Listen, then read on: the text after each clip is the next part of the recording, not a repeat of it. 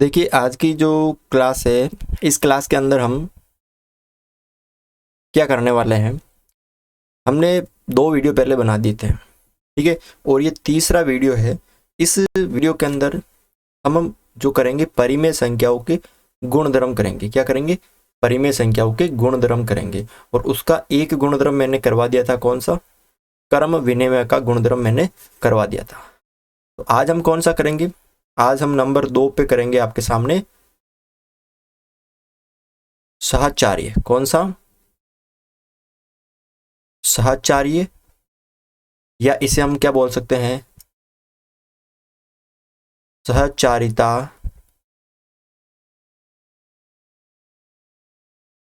का गुणधर्म। ठीक है, कौन सा? सहचारी या सहचारिता का गुणधर्म। तो सबसे पहले कौन सा करेंगे हम यहाँ पे कि परिमेय संख्याओं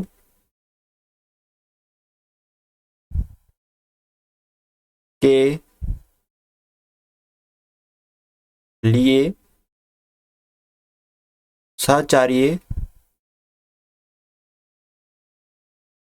का गुणधर्म। किसके लिए? परिमेय संख्याओं के लिए सहचार्य का गुणधर्म। तो अब यहाँ पे देखो आपको करना क्या है।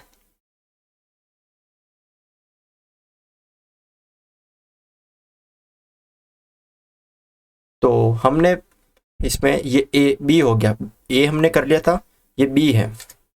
बी में देखो अब इसमें वापस वही 4 भाग। सबसे पहले कौन सा? सबसे पहले कौन सा कि परिमेय, यानी यहाँ पे लिख सकते हो आप डायरेक्ट, योग के लिए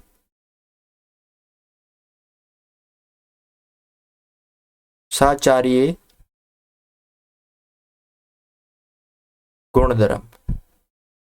इसके लिए, योग के लिए, योग का मतलब प्लस। तो अब आपको इसका सूत्र क्या होता है? इसका सूत्र बिल्कुल सिंपल होता है। क्या करना है देखो, सूत्र याद रखने के लिए क्या करना पड़ेगा? ए प्लस बी प्लस सी बराबर ए प्लस बी प्लस सी। सिंपल, ए प्लस बी प्लस सी बराबर ए प्लस बी प्लस सी। अब देखो यहाँ पे, अब ये तो दोनों सेम हो गए, इसमें कुछ चेंज करना। चेंज क्या करना है कि पहले इन दोनों को कोष्टक में रख देना है और इस तरफ में इन दोनों को कोष्टक में रख देना है। अब योग के लिए करना है, तो मैंने माना यहाँ पे,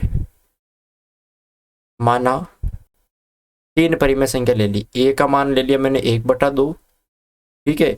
बी का मान ले लिया मैंने 3/2 और सी का मान ले लिया मैंने 5/2। 3 मान मैंने यहाँ पे ले लिया। अब ए की जगह ए रखो 1/2 प्लस बी की जगह रखो आप 3/2 प्लस सी की जगह रखो 5/2 बराबर ए की जगह वापस 1/2 प्लस बी की जगह 3/2 प्लस सी की जगह 5/2। अब इनको सरल करो, 1/2 की जगह 1/2 प्लस दोनों को सरल करेंगे तो 8/2 बराबर ये हो जाएंगे 4/2। 3 और 1 4, 4/2 प्लस 5 और 3 हो गए 8/2। ठीक है, अब देखो ये हो जाएंगे आपके यहाँ पे 5/2। अब इन दोनों को सरल करो तो इन दोनों का एलसीएम 2 आ गया और दोनों को जोड़ने पे 9 बराबर दोनों का एलसीएम 2 और ऊपर वाले को जोड़ने पे 9। देखो यहाँ पे बराबर आ रहा है या नहीं आ रहा है? दोनों को जब हम सरल करते हैं तो यहाँ पे बराबर आ रहा है या नहीं आ रहा है? तो ये यहाँ पे दोनों बराबर आ रहा है। तो इसलिए हम कह सकते हैं, यहाँ पे क्या कह सकते हैं कि परिमेय संख्याओं के लिए योग सहचार्य होता है। मतलब जो परिमेय संख्या है वो योग का जो सूत्र होता है सहचार्य का वो लागू होता है, उसके अंदर लागू होता है परिमेय संख्याओं में। ठीक है, तो यहाँ पे पहला हो गया कौन सा आपके, ये हमने पढ़ लिया योग के लिए सहचार्य का गुणधर्म, हमने ये पहला कर लिया। अभी अभी कितने करने बाकी है, अभी 3 और करने बाकी है। जोड़, जोड़ का हो गया, बाकी भाग और गुणा। अब नंबर 2 देखो आप, कौन सा, बी, योग हो गया, तो अब करेंगे घटाव। घटाव के लिए सहचार्य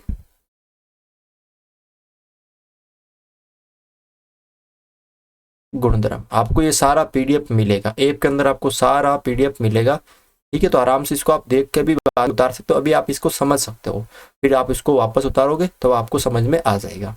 अब योग के लिए क्या है, तो वही हमने क्या माना था, सूत्र वो same, a minus B minus C. ठीक है, a minus B minus C. ठीक है, उसके बाद क्या हो जाएगा वापस, बराबर a माइनस बी माइनस सी। और वही काम करना है कि इन दोनों को कोष्टक के अंदर रखना है और आगे वाले को इन दोनों को कोष्टक के अंदर रखना है।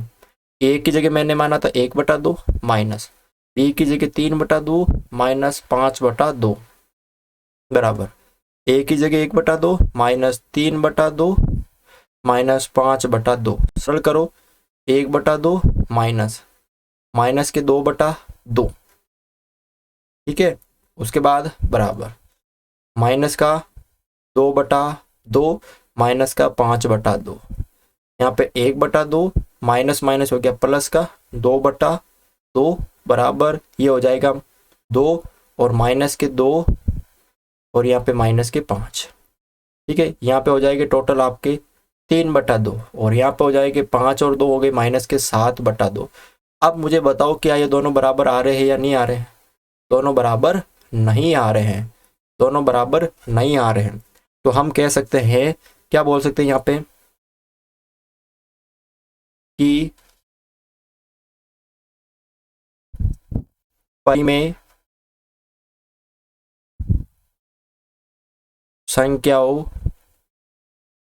के लिए घटाव को क्या बोल सकता हूँ, व्यवकलन भी बोलते हैं। क्या बोलते हैं, व्यवकलन यानी घटाना। व्यवकलन सहचार्य नहीं है। ठीक है, ये इसमें आपको करना है। देखो अगला सी, किसके लिए, गुणा के लिए। गुणा के लिए सहचार्य गुणधर्म, किसके लिए, गुणा के लिए सहचार्य गुणधर्म। ठीक है, तो ये भी हम कर लेंगे। देखो सेम सूत्र होगा, ए इंटू बी इंटू सी बराबर ए इंटू बी इंटू सी, और ए इसको बी और सी को रखेंगे और ए और बी को रखेंगे। ए का मान 1/2 इंटू बी का मान 3/2 इंटू सी का मान 5/2 बराबर 1/2 इंटू 3/2 फिर इंटू 5/2। अब इनको करो सरल, 1/2 इंटू 5 को 3 से गुणा कर दिया तो 15 बटा नीचे कितना हो गए 4, 2 दूनी 4 बराबर 3 एकम 3 2 दूनी 4 इंटू 5 एकम 5 और ये नीचे 2 अभी। अब इनको गुणा कर दो, 15 एकम 15 और 2 चौक 8, ऊपर वाले को ऊपर से नीचे वाले को नीचे से, तीनों पंजे 15 और 4 दूनी 8। ये दोनों देखो बराबर आ रहे हैं, बराबर आ रहे हैं, तो इसका क्या मतलब हो जाएगा, यहाँ पे ये दोनों क्या आ रहे हैं, बराबर आ रहे हैं। तो इसका ये मतलब हो गया कि जो गुणा है वो सहचार्य का, परिमेय संख्या जो है वो गुणा का सहचार्य नियम पालन करती है। ठीक है, तो आप यहाँ पे लिख सकते हो कि परिमेय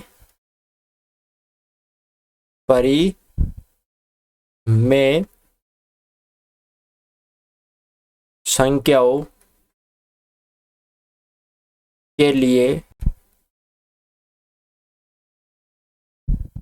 गुणा क्या है यहाँ पर, सहचार्य है, ठीक है ना। लास्ट देखो आप यहाँ पे, इसमें वो है आपके यहाँ पे भाग के लिए सहचार्य, ठीक है, किसके लिए, भाग के लिए सहचार्य गुणधर्म।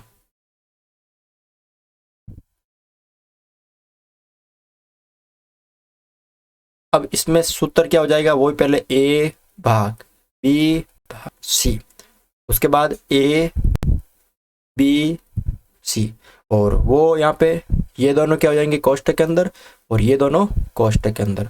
अब मान रखो 1/2 भाग, फिर कोष्ठक के अंदर 3/2 भाग और 5/2 बराबर 1/2 भाग, यहाँ पे 3/2 फिर भाग 5/2। अब भाग करो 1/2 की जगह 1/2 भाग 3/2 भाग किसके अंदर चेंज हो जाएगा, गुणा के अंदर 2/5, 1/2 भाग गुणा के अंदर 2/3। इसको मैं सरल कर रहा हूं अभी, यहाँ पे ये भाग का चिन्ह है 5/2, तो 1/2 भाग गुणा कर दो, 3 को 2 से गुणा किया तो 6 और 5 दूनी 10 और 2 एकम 2, 3 दूनी 6 और भाग 5/2। अब इनको कर दो आप सरल, 1/2 भाग गुणा में 10 ऊपर 6 नीचे, 2/6 भाग गुणा में 2 ऊपर 5 नीचे, कर दो इसको सरल, 10/12 बराबर 4/30। तो ये बराबर नहीं आ रहे, यहाँ पे बराबर नहीं आ रहे हैं, तो इसके लिए हम क्या बोल सकते हैं कि परिमेय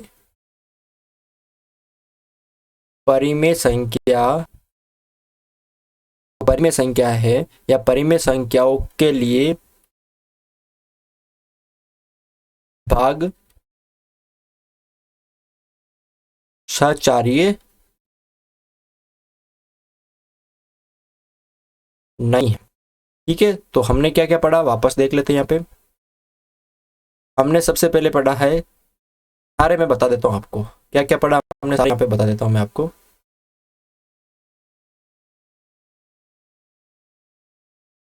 देखो पिछले वीडियो में हमने ये पढ़ा था क्रम विनिमय गुणधर्म।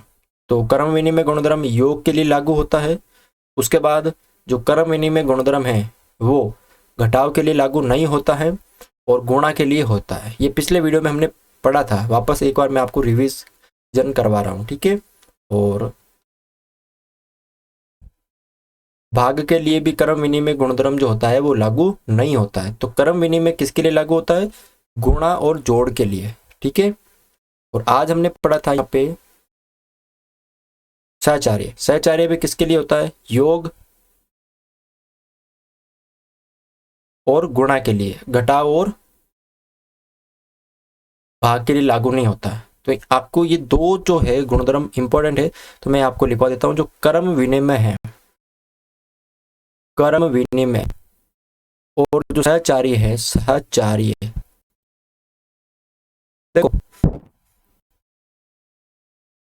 यहाँ पे तो गुणा, यहाँ पे भाग, यहाँ पे जोड़ और बाकी। क्रम विनिमय जो गुणा के लिए लागू होता है, जोड़ के लिए होता है, भाग और बाकी के लिए नहीं होता है। और सहचार्य भी जोड़ और गुणा के लिए होता है, लेकिन भाग और बाकी के लिए नहीं होता। तो इस सारणी से आपको थोड़ा सा समझ में आ गया होगा, ठीक है। तो यही थे दो जो इम्पोर्टेंट गुणधर्म। तो आज की क्लास को हम यही पूरी करते हैं। ये दोनों जो गुणधर्म है आपको अच्छी तरह से याद हो जाना चाहिए, ठीक है।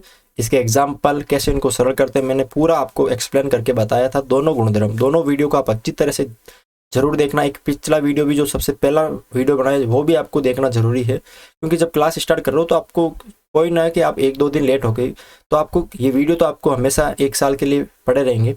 तो आपको करना क्या है कि शुरू से लेकर एंड तक देखना है। ऐसा नहीं कि नंबर 3 से उठा लिया वीडियो, नंबर 1 देखो, उसके बाद 2, 3 ऐसे देखो, ठीक है। यहाँ पे अपलोड होते ही रहते हैं, लेकिन आप देखते कंटिन्यू जाओ, उसको नंबर वाइज देखते जाओ ताकि आपको समझ में आ जाए, क्योंकि मैं एक एक वीडियो में वापस रिवीजन तो नहीं करा सकता ना, इसलिए नंबर वाइज देखो। जो भी मैं पिछले वीडियो में बता रहा हूँ वो नोट जरूर करना है आपको नोटबुक में, फिर यहाँ पे इसको सरल करना है। तो आज की क्लास में बस इतना ही था।